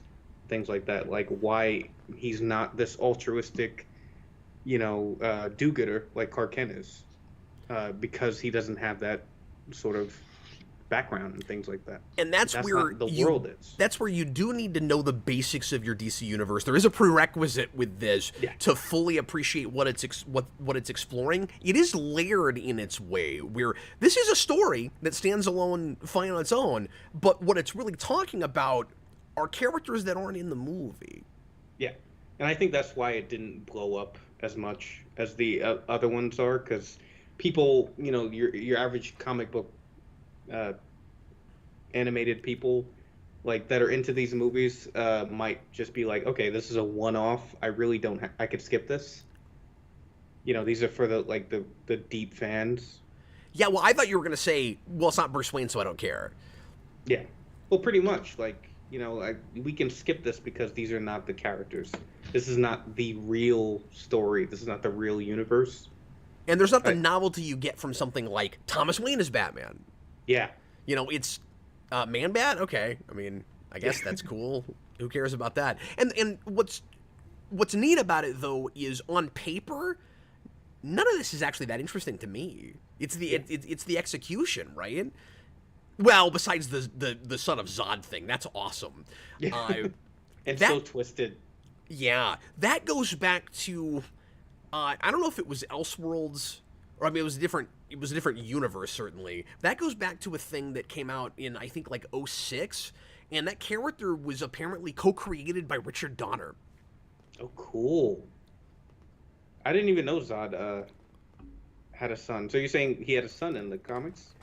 Yeah. It's this character. Let me go back and look at this, because I'm not remembering all of my research on this right off. But yeah, so he's Lor-Zod. Oh, cool. He's Christopher Kent when he has a secret identity, and he took, I'm remembering this now, he took the mantle of the Krypton Nightwing, if you know about Krypton Nightwing. Yes. So he did that, and also apparently he appears in later seasons of Young Justice. Oh, cool. And Phil Morris voices him. I still haven't finished that show yet. I love Phil Morris, by the way, but that's really interesting because maybe they race changed him in that because he looks like a white guy in the comics. So I was just surprised to see Phil Morris's name. They probably just race swapped him. Although that would not be the first time Phil Morris voiced a white guy, but I don't think that's what they did. Anyway, I'll have to go back and look because I'm curious about that now. He is an Earth 2 thing. I like those books. He first appeared in Action 844, created by Donner, Jeff Johns, and Adam Kubert. Cool. So anyway, we should read that stuff at some point. Yeah, that sounds really interesting. And then, like you said, of course, the other two characters are obscure, but well, Kirk Langstrom's not obscure, but the other. I think that's a really cool idea. I love Vampire Batman. Yeah, and I think. Okay, I'm going to say this. There would have been more of a novelty for that, actually, if it was by itself. I think maybe more people would have looked at that. A more horror-based Batman would be so cool. And they do some cool, creepy stuff with it. I'm with you, I didn't love the story of that short with Harley Quinn as a serial killer, but I like the tone of it a lot. Yeah, same. I mean, you should have done Killer Croc, right? Or some kind of monsterish horror Batman villain, or Clayface or something like that. Like, you should have done more of a creepy thing. But I guess because it's Bruce Timm and it's kind of their baby, they want to do Harley Quinn for some reason in lingerie. That makes no sense. Yeah, where she's just wearing like panties and stuff. Yeah. Thanks, Bruce Timm, for that image. But I actually kind of liked the idea of it because it was, you said more horror-ish. It was super creepy serial killer horror, though, and I felt like they probably did that because they had C. Michael Hall voicing Batman. So they're like, well, let's put him up against a creepy serial killer. And yeah, it could have been Zaz, it could have been anybody, but I don't know if you picked up on what the dolls in the living room were supposed to be, but she is doing human taxidermy. Yes. That was pretty screwed up. That was creepy, yeah. It just didn't read like Harley Quinn to me, and it came up with all these questions of like, okay, who's your Joker then? Like, what would that be like? And that's where, once again, like, is it Elseworlds or is it What If? Right. Since I was able to kind of come up with a potential explanation for how everybody diverges, even if it was a regular DC continuity, even though that's a little 6-minute short, you kind of want that for Harley Quinn too, where it's like, how did she turn out like that though? Yeah. What about this world made her never go and be a therapist? And like, did she get that way because of Joker? Did that happen all by yourself? You don't have time to explain all of that. But then, to your point, maybe then you don't use Harley Quinn. And then the other mistake with it was everybody in this of the characters that are really majorly changed has a very different voice from what you would expect. And Harley Quinn just sounds like Harley Quinn. Yeah. Yeah, I don't know if it was Tara Strong or who it was. I didn't look it up. I think it was Tara Strong. But it sounded like a Tara Strong. Yeah. Yeah, and it just... You ask yourself all these questions of, like, would the Joker even be the Joker without Bruce Wayne as Batman? Right. Well, that's why I always had an issue with the Flashpoint Joker being Martha Wayne, because that is supposed to be... slightly more of a what if sort of thing, where I mean it's more convoluted than that, but it's still, everybody kind of starts from a particular place, so you're like, well, why would she come up with the exact same idea this other guy did that she never met? Like, that's weird. It's a cool idea, but it does feel like, okay, we got to make this different. It sort of feels like House of M, in a way, where it's just like, we got to make it different. It feels contrived in that way. That's true. I still think House of M does that kind of stuff better, but I like that story. Kareem, that went real fast, and I'm sure there's all kinds of things we missed that we might have wanted to talk about. But let's go ahead and go through these super chats, and then we will do our tweet length reviews. I think we only have one tonight. We'll read that real quick, and then you and I will rate the film. So Tom puts in a $5 super chat and says, clarification, That thing from the beginning we talked about. Pardon me. He says they animated. I don't even really want to read this, but it's a super chat, so I guess I will. Animated Platinum nips enough that it got a mention is the reason for the rating. Great show tonight, guys. I guess he's saying that there's something explicit in this movie with that, and I didn't notice it. Chewbacca's Lover, $5 super chat. Remember when this was supposed to be an Adult Swim TV show? I didn't realize that. I thought it was only those shorts. I would have watched that. He says that never happened. Does anyone remember this? Yes, we did not know that. But apparently, Jesse Surtees did. See, it goes back to the thing I was saying. It feels like a pilot for getting people on board. Bob the Hun, $2 super chat, says, Eric and I skipped this one. I did watch it when it came out. Maybe I didn't review it. Interesting. Bob the Han, agree to disagree. I miss when having hot chicks wasn't a war crime. But I don't feel like Kareem is saying that you can't have attractive women in things. Yeah, I actually really appreciate the pulp throwback, like Fletcher-inspired noir homages that Bruce Timm has. Yeah. And all of his team have, where it's like you get the sexy, curvaceous women and things like that. I just hate sometimes how he writes them. Yeah. And a lot of that, it's just in the writing, right? Like, you have this hypersexuality. We didn't talk about the shorts. Like, in Wonder Woman, you have it. In the Batman one, you have it. Where it's so needless. And maybe I'm biased because I know what's coming after this with The Killing Joke and Batman and Harley Quinn. Where it's just like it's ridiculous. You want to come back for that? Boy, that sounds like a bunch of fun, Cap.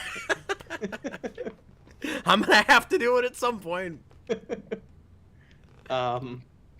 Where it feels like, I respect Bruce Timm, but it does feel like a perverted guy just writing women, and it's just like, at its best, it's classy, and it feels imbalanced. Yeah. Well, that's what I was gonna say. Is no, it's fine when it's classy. I think it's cool when it's classy. I don't think there's anything wrong with especially more adult stuff and in comics that aren't aimed directly at kids to even have like a certain degree of eroticism and stuff. There's nothing wrong with that, but you want to do it tastefully.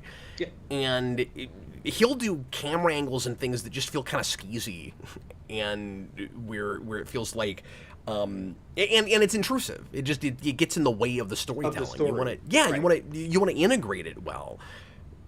I just want to take up for you because I didn't feel like you were being prudish when you said that. Yeah, and I don't want people to get the wrong idea. I'm a big Justice League and Justice League Unlimited fan. In those shows, it feels very adult, but it's still for kids and stuff with the sexuality and relationships, and there's like nods to adults where it's like, wow, when I was a kid, I would have never got that. That's classy stuff, and that's Bruce Timm. But he seems to he doesn't know how to balance that stuff, specifically recently in his years, where it's just like blatantly, like it's just sexuality in your face, like Cap said, in lieu of the story. At its best, it's just self-indulgent. It feels like he's doing it just for him and nobody else. And I have no problem with that, But when when it gets in the way of the story, it's like, get out of the way, like, that's what I mean. Yeah, and again, that's a place where I say this too much. That's a place where you can have your cake and eat it too. I think. I don't think it is. Not everybody agrees with me on this, but this is where I'm coming from. I don't feel like it is. That is inherently sexist to have a really attractive female character, and even tastefully, like for lack of a better word, kind of scantily clad. We've seen it done okay. Yeah. But that character can also still be a really strong independent woman or whatever, and there's plenty of women that want to obviously be just seen as people that also like to look really cool and attractive, right? Listen, elephant in the room. Yeah. Superhero comics are basically naked people in skin tight costumes. Like, an element of sexuality in these stories as well as violence, right? It's just how you do that and how you um, basically balance that for the story, um, the bettering of the story, I would say. I completely agree. Tom, $2 super chat. Reason for Wonder Woman is because new gods versus old gods. I don't know. I don't know what he means by that. It is the Amazon's old gods. Yeah, is he talking about like the new gods versus the Greek gods? Yeah, maybe so, but it's weird to not have them there though, if that's the idea, right? Because it's not verses; you just didn't include them. There's nothing about I the think earlier it's gods in the movie. Yeah, I think it's really cool that they're using new gods. It seems like at a left field because the Superman character and the Batman character seem very just connected to It those feels, characters. yeah, it feels forced because they're like, you can tell they struggled real hard to figure out what their Wonder Woman was even gonna be. Yeah. And so the New Gods thing is smart, and is kind of inspired, but honestly, I don't have any problem with it if you just leave Steve Trevor out of it. Or you find some other way to connect it to Wonder Woman mythology. I don't know what that is. Maybe she's a new god that has some sort of relationship with the Themyscira, or you'd be telling a totally different story, but like she could have started with them, was raised in Themyscira, and then had this arranged marriage that she had to go back for. You could still kind of tell the same story, I guess, and still make her Wonder Woman in that way. It's weird. This is one of the only places where I guess I can't really make the argument for kind of what if. How did she come up with the name Wonder Woman? It is that that Flashpoint Joker problem of, okay, both of these people came up with that? So in that case, it is just straight up Elseworlds. Yeah. Yeah. I guess you have the same thing with Langstrom coming up with more or less the Batman costume. And calling himself Batman. Well, he's studying bats, right? Well, yeah, but, he could call himself, he could still be Man-Bat. He called himself Batman, and he's got, we always do this, if somebody else comes up with Batman, it's still the same basic outline design of the Batsuit that Bruce Wayne came up with, right? Like, that could have been different. He wouldn't have to, so what you're saying, Kareem, is if anybody ever design a suit based on a bat and Batman didn't exist, you'd still have this. And it would definitely have a cape. That didn't have a cape. But you're going to have this. Or You did gotta it? have the Did it ears. have a cape? I can't remember. No, it didn't. Did it have a cape? No, because it was like Batman Beyond. Yeah, it Yeah. looked exactly like that. I always have this joke where it's like, That's right. if Peter Parker was real and he really had Spider-Man powers, he wouldn't come up with the Spider-Man costume. He would come up with like a spider costume Yeah. where he would have like fake legs and stuff.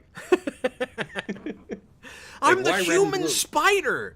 You got my name wrong. Bob the Hun, $5 super chat. Fun fact: Bruce Timm sells an erotic book. I've heard about this, where he draws full-on naked women. Not a joke. He's actually done 2 books. Introduction by Jim Steranko. Okay, I didn't know that. That's cool if he wants to do that. My problem is if it gets into the story of his normal stuff, then I have an issue with it. Yeah, I'm cool with sexuality and all that stuff, like sexy girls and things. But yeah, I'm not gonna buy that. yeah. But you can sell it. I don't have a problem with it. Tom, $2 super chat. The robot girlfriend's name is Platinum. That's right. I forgot about that. Platinum Tina. Let me see if there's any other comments here we should read. Didn't get a ton through the show, so we should be able to knock a few of these out. AMC, I still have nothing but respect for Bruce Timm. Sure, he's had a few that didn't quite land, but darn if I don't prefer his take on DC to literally anyone else's. Yeah, more hit and I miss agree. later, but that you can't argue with that continuity. The old DCAU. Obviously, it's not all perfect, but it's great. And it's importantly, it's not just him. Like he had a bunch of help from different legendary writers and things like that. Paul Dini, Al Burnett. That's the big 3. Glenn Murakami or something like Yes. that. Yep. Yeah. Obviously, Andrea Romano was big with that stuff, with the voice acting. So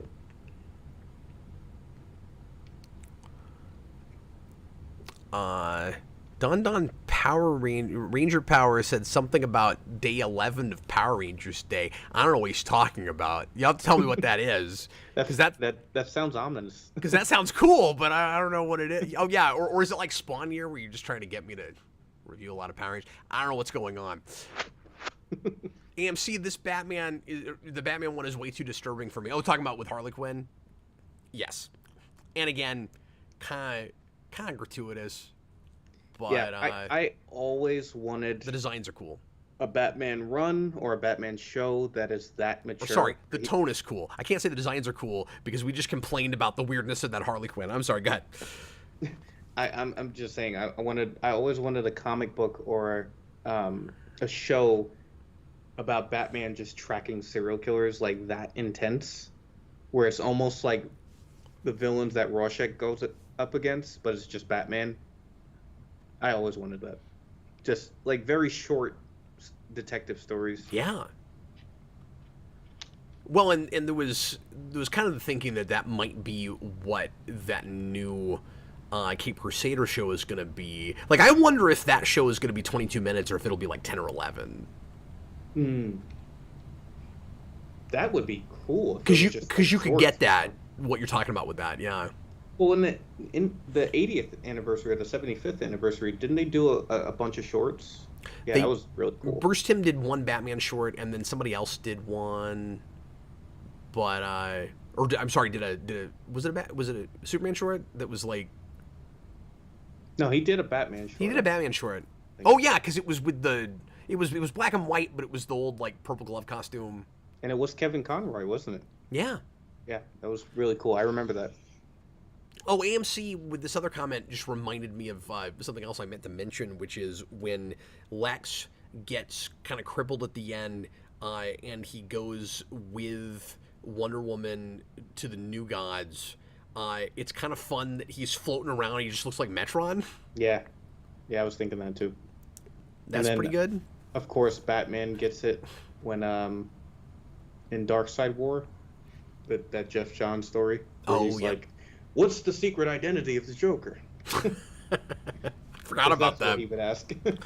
You know, I had that question, and I think I agree with you ultimately, but I had that question about whether this maybe should have just been a World's Finest movie. It's kind of interesting that by the end it is, that like she leaves, and then it's just the two of them. And I thought there'd be some kind of corny line about, well, there's all these other people that might want to be superheroes and we'll build like a bigger league. And it's kind of nice they didn't do that. I also meant to make the point that I really expected the end of this when it's a little bit more, I don't want to say lighthearted, but hopeful at the end that it would get real kind of corny. Yeah. And sappy, and it never goes to that place. Like, it still retains the same tone.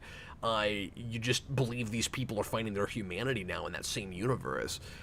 Yeah, I was worried too. I mean, I'm sure if this was like a live action feature, they would franchise it and be like, franchise.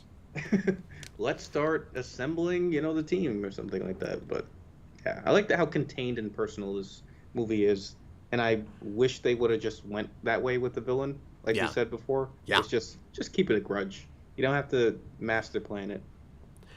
Another point I meant to make, let me say this real quick too, is it's interesting that Wonder Woman is the one of the three that is really against Superman's kind of proposed fascist plot at the beginning, where he's like, I don't know, and it's fun how he backtracks it, where he's like, you know what we could do?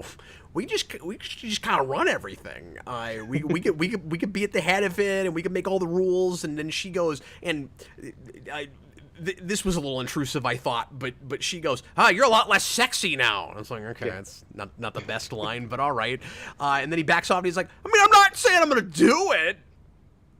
But it's interesting that she's the one that calls him out and doesn't like that idea, because Superman and Batman are arguably more far gone than she is at the beginning of this, even though, again, Superman is morally ambiguous before he's evil Superman. And it's Right. because she has seen, again, with the Gods and Monsters, this is actually a really major point that I meant to make while we were watching the film. With the Gods and Monsters title, with that idea, Wonder Woman is the only one of the three of them that has had a rude awakening sort of experience with a god that turns out to be more monster than God in her father, and she doesn't want to be that way. And Superman doesn't understand yet, again, what his father was, what Zod was. So he'll get to her place when he sees that. And then Batman is this wild card who is kind of a monster himself. And he finds his humanity more at the end when he kind of obligatorily decides not to kill his friend, which works better in this than it does in some other things, I'll say, because usually I'll complain, okay, you've been killing people the whole movie, and now you decide to leave your greatest enemy alive just because you're supposed to have that moment where you find her humanity. But, like, it is his old friend. He didn't care about that guy. Yeah, so, like, I give makes it more of a sense. pass in something like this. But do you think I'm right? Do you think that's maybe the reason that Wonder Woman is, I don't want to say, like, altruistic, really, but that she doesn't like the fascism idea? That's a good point. I didn't even think of that about her backstory. And it also helps too that Superman and Wonder Woman are kind of gods, and then like you said, Batman is a monster. So it's like Yeah. they're all dealing with those elements and things like that. But yeah, that's a good point. I didn't think of that. Yeah, and that's how Batman remains a little bit more like regular Batman in that compared to them, he's not a god, but he still has superpowers this time. Yeah. So it's not gods, men, and monsters. It's gods and monsters, and Gods our and Batman monsters. has turned into one. Yeah, And- and it's also And it he's the only helps- one that comes from genetic engineering. Yeah. And it helps also that their first scene together, they're just killing people. Yeah. You know. Yeah, it So- really sets the tone, and it's impressive how it turns you against them, and then very quickly you start to go, oh, but there's maybe people in there though, and you're kind of Yeah. surprised that you're starting to sympathize with them a little bit. There's humanity, and you're not. You see how Superman. You see why he does the things he does. It's not just like, okay, this is the jerk version of Superman. Yeah, Like you get it, because the world is cynical along with them. yeah, exactly, and that makes you sympathize with them more because the world was oppressive and brought him up that way to some degree. But I needed to see his parents. Like that's Yeah. the big thing that's missing. When I said a flashback, I need to see his migrant parents. Yeah, it almost feels like I don't know if you remember the Jeff Johns Justice League run in the New 52. Yeah, You know when the world is really cynical and everyone has picket signs and things like that? It feels like that world. yeah. But here it's kind of more understandable why they're that way. I hadn't had this thought before now, but we were talking about Watchmen earlier, and you look at the backstory. Tell me if this is too much of a stretch. You look at the backstory with Langstrom, and it's not anything like exactly the same as what I'm about to bring up, but he's trying to save himself. He's got an illness, and he accidentally turns himself into a monster. He gives himself superpowers. It's weird that he has the character in Watchmen that, at least with his backstory, he has the most in common with is Dr. Manhattan, and he's the least powerful character in this. Yeah, I guess that they had to be looking at some of that stuff. Yeah. I don't think they were doing anything thematically with Dr. Manhattan and Batman. But No, they weren't. But he's like a weird cross between Dr. Manhattan and Rorschach, yeah, he's their Rorschach character. and that's really strange. It's kind of strange too because they cast Michael C. Hall, but his character is not that intense in this. Like he's really kind of a zen, kind of laid back vampire. Like he doesn't get too intense the way I would expect a vampire Batman to get. Well, I think that's why they cast Hall, because I think the idea is supposed to be he's just kind of cold and emotionless, and Like then he lost his humanity, he right? lost his humanity. Yeah, it's the Yeah. perfect casting for that. I loved it immediately, and I didn't remember that it was him. Yeah. His first line, he sounds like a cold, emotionless Adam West. And he doesn't really Yeah. retain that, but at first I'm like, oh, he sounds like somebody trying to do Adam West if he was doing like a vampire serial killer Batman. Yeah. Okay, I'm gonna read the one tweet length review that I know we've got real quick, and then we'll go ahead and do our ratings here. Unless another one came in while we were talking. Let me see here. We just have one from Tom, and he says a really great standalone movie that should have had a TV series instead of just 3 shorts. I rate it an epic. So he goes all the way to the top with his rating. Wow. And now we're going to go to Kareem and find out how Kareem rates the film. So is this out of 4 or? No, so the new rating system for the commentaries, I went more gimmicky with it, Kareem. So at the very, it's more of like 5 now instead of 4. So right in the middle is Hero. So Hero is just like dead center. And then going up from Hero, you have Superhero, and then you have well, he said epic, but it's not epic. It's legend. So the top is legend, and then beneath Hero, you have supervillain, and you have nemesis. So you just really hate something, it's a nemesis. But if it's the best thing ever, it's a legend.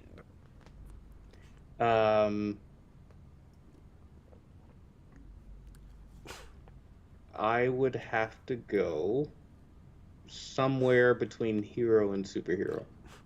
Yeah, that's where I'm at too. And we don't do in betweens, so you have to pick one. Okay. But I'm gonna go superhero regardless of the issues I have with the villain plot. I think it's too effective with everything else. Yeah, and this is sort of the gold standard of Bruce Timm's return. I would say I can't think of anything modern day. He hasn't made a ton either, but yeah, I'd say this is the best modern Bruce Timm work, and oddly the most underappreciated. Yeah, I think so too. More people need to look at this. And again, ahead of its time, I think people would. I think a lot of people, especially if they like Invincible, would look at this now and go, "Oh, where was I for this?" Like, I sort of think if this came out today, this would be received way better. It'd be more people would look at it. There'd be more word of mouth. Yeah. And sometimes these was this R-rated? It probably was. Sometimes it feels that way. These harder edged for adult things that are just to video like this will come out, and it'll miss kids because they shouldn't see it yet. But then as adults, they might not ever find out about it. So if you think about it, if you were 12 when this came out, you ought to watch it now. Maybe you couldn't see it back then. Well, I actually let Jason watch this with me. He's 13. But let's say you were 8 when this came out. Right. You're 16 now. Yeah. Now you should see it. Yeah. But it's not like, big blockbuster movies where it's like I'm itching, I'm waiting forever to finally get to sit down and watch this movie. You would know about it. I would hope that Max helps with that, where you have all of these. I mean, I don't know why they don't do the Disney Plus thing where it's like, here's all the DC animated universe movies in order that you can watch. Like, they should do that. They don't even have the hubs like they did when it was HBO Max. They've gutted all of that. Yeah, it's very confusing. Where it's like, I'm not even sure. It's an awful interface now. And they had the best one at one, or close to the best one at one time. And yeah, HBO Max, right? Yep. I mean, first it was DC Universe. Remember that? Yep. Yeah, and it had a good interface too. Yeah, and you could read comics on that. Well, that's still around. That's the only thing they kept. It? Oh, yeah. Yeah, now it's DC Universe Infinite. I subscribe to that. Okay. And it's just comic books? It's just comics, yep. Okay, that makes sense. They've kept that. So that's their answer to Marvel Unlimited. And I was really worried that they would lose it, but they hung on to that. So, real quick, I wanted to mention. Yes, sir. The Superman short, that's my favorite. He has to face Brainiac that's destroying the Metropolis, and Brainiac turns out to be an infant that's just crying and sort of out of control. Can't control his powers. There's no way to get him to control his powers before he destroys the whole city.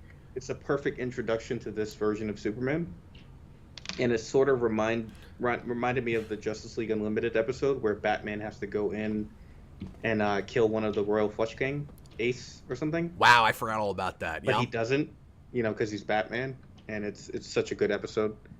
But it also reminded me that there was a Ultimate X-Men story written by Bendis. Obviously, the Ultimate Universe is way more, cynical like this universe than the Marvel Universe. And there's a mutant kid who, his power, one day he finds out, is to just disintegrate everybody.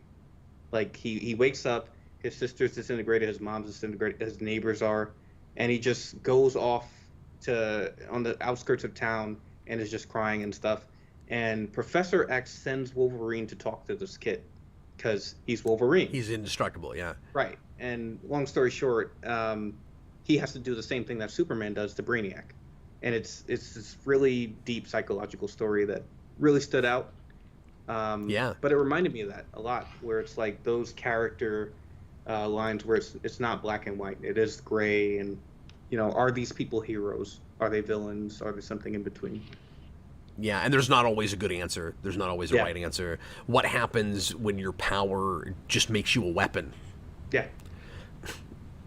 Yeah, but, even the beginning of the first X-Men movie, like, Senator Kelly has a bit of a point.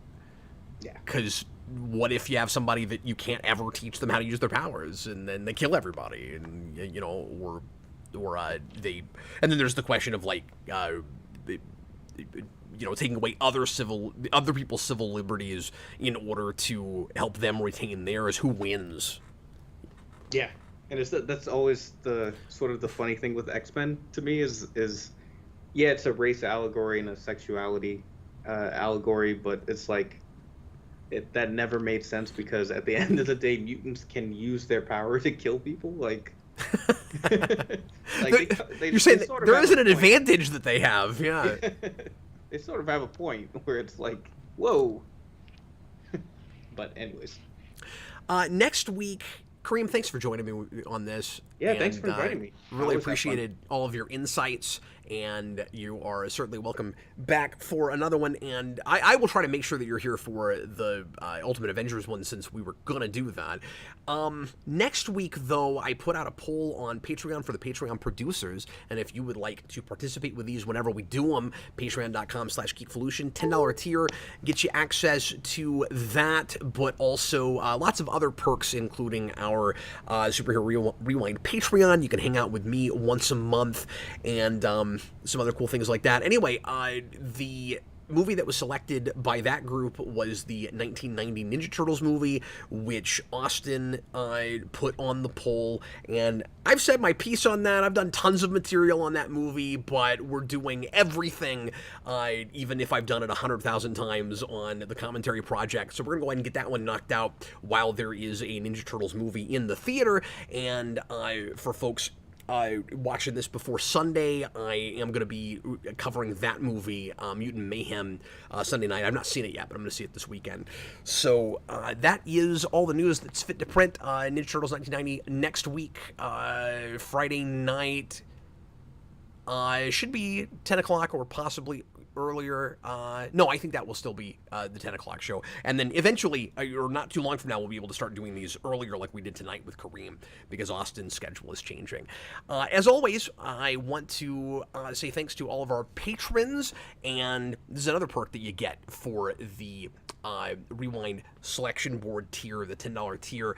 I'm going to read everybody's names that's on that tier in the most dramatic way humanly possible. So I want to say thanks individually, especially to One Reply, Bill Mills, Chewbacca's Lover, Dr. Hello, Elliot Slater, Hayden Spring, Ironic Pinball, Joe Turner, Joe Gira, Matt Bat68, Michael Martin, Stone Gasman, Super Billy, Adam March, Damon Begay, Hot Soup, Jacob Schneider, Jonathan Campbell, Justin Hayes. Oh, look, Kareem is on this list. Kareem Roberts. Hey, thanks for helping to pay my bills, Kareem. Matthew Brody, Michael Austin Gulick, Miguel Rodriguez, The Day Ghost, Unknown Passenger, Wendell Jones, and, as always, the monosyllabic Zach. Thank you guys so very much, and thanks for watching us live. If you are here right now, you guys are awesome. I'll see some of you guys on Sunday. Kareem, once again, I'm so glad that you came in and did this with me. It was a lot of fun. Always a pleasure. I will be back for Ultimate Avengers. And Yes. someday The Dark Knight, too. I want to do that one. Yeah, absolutely. That'd be great. I haven't seen that in a long time. All right, folks, we'll see you later.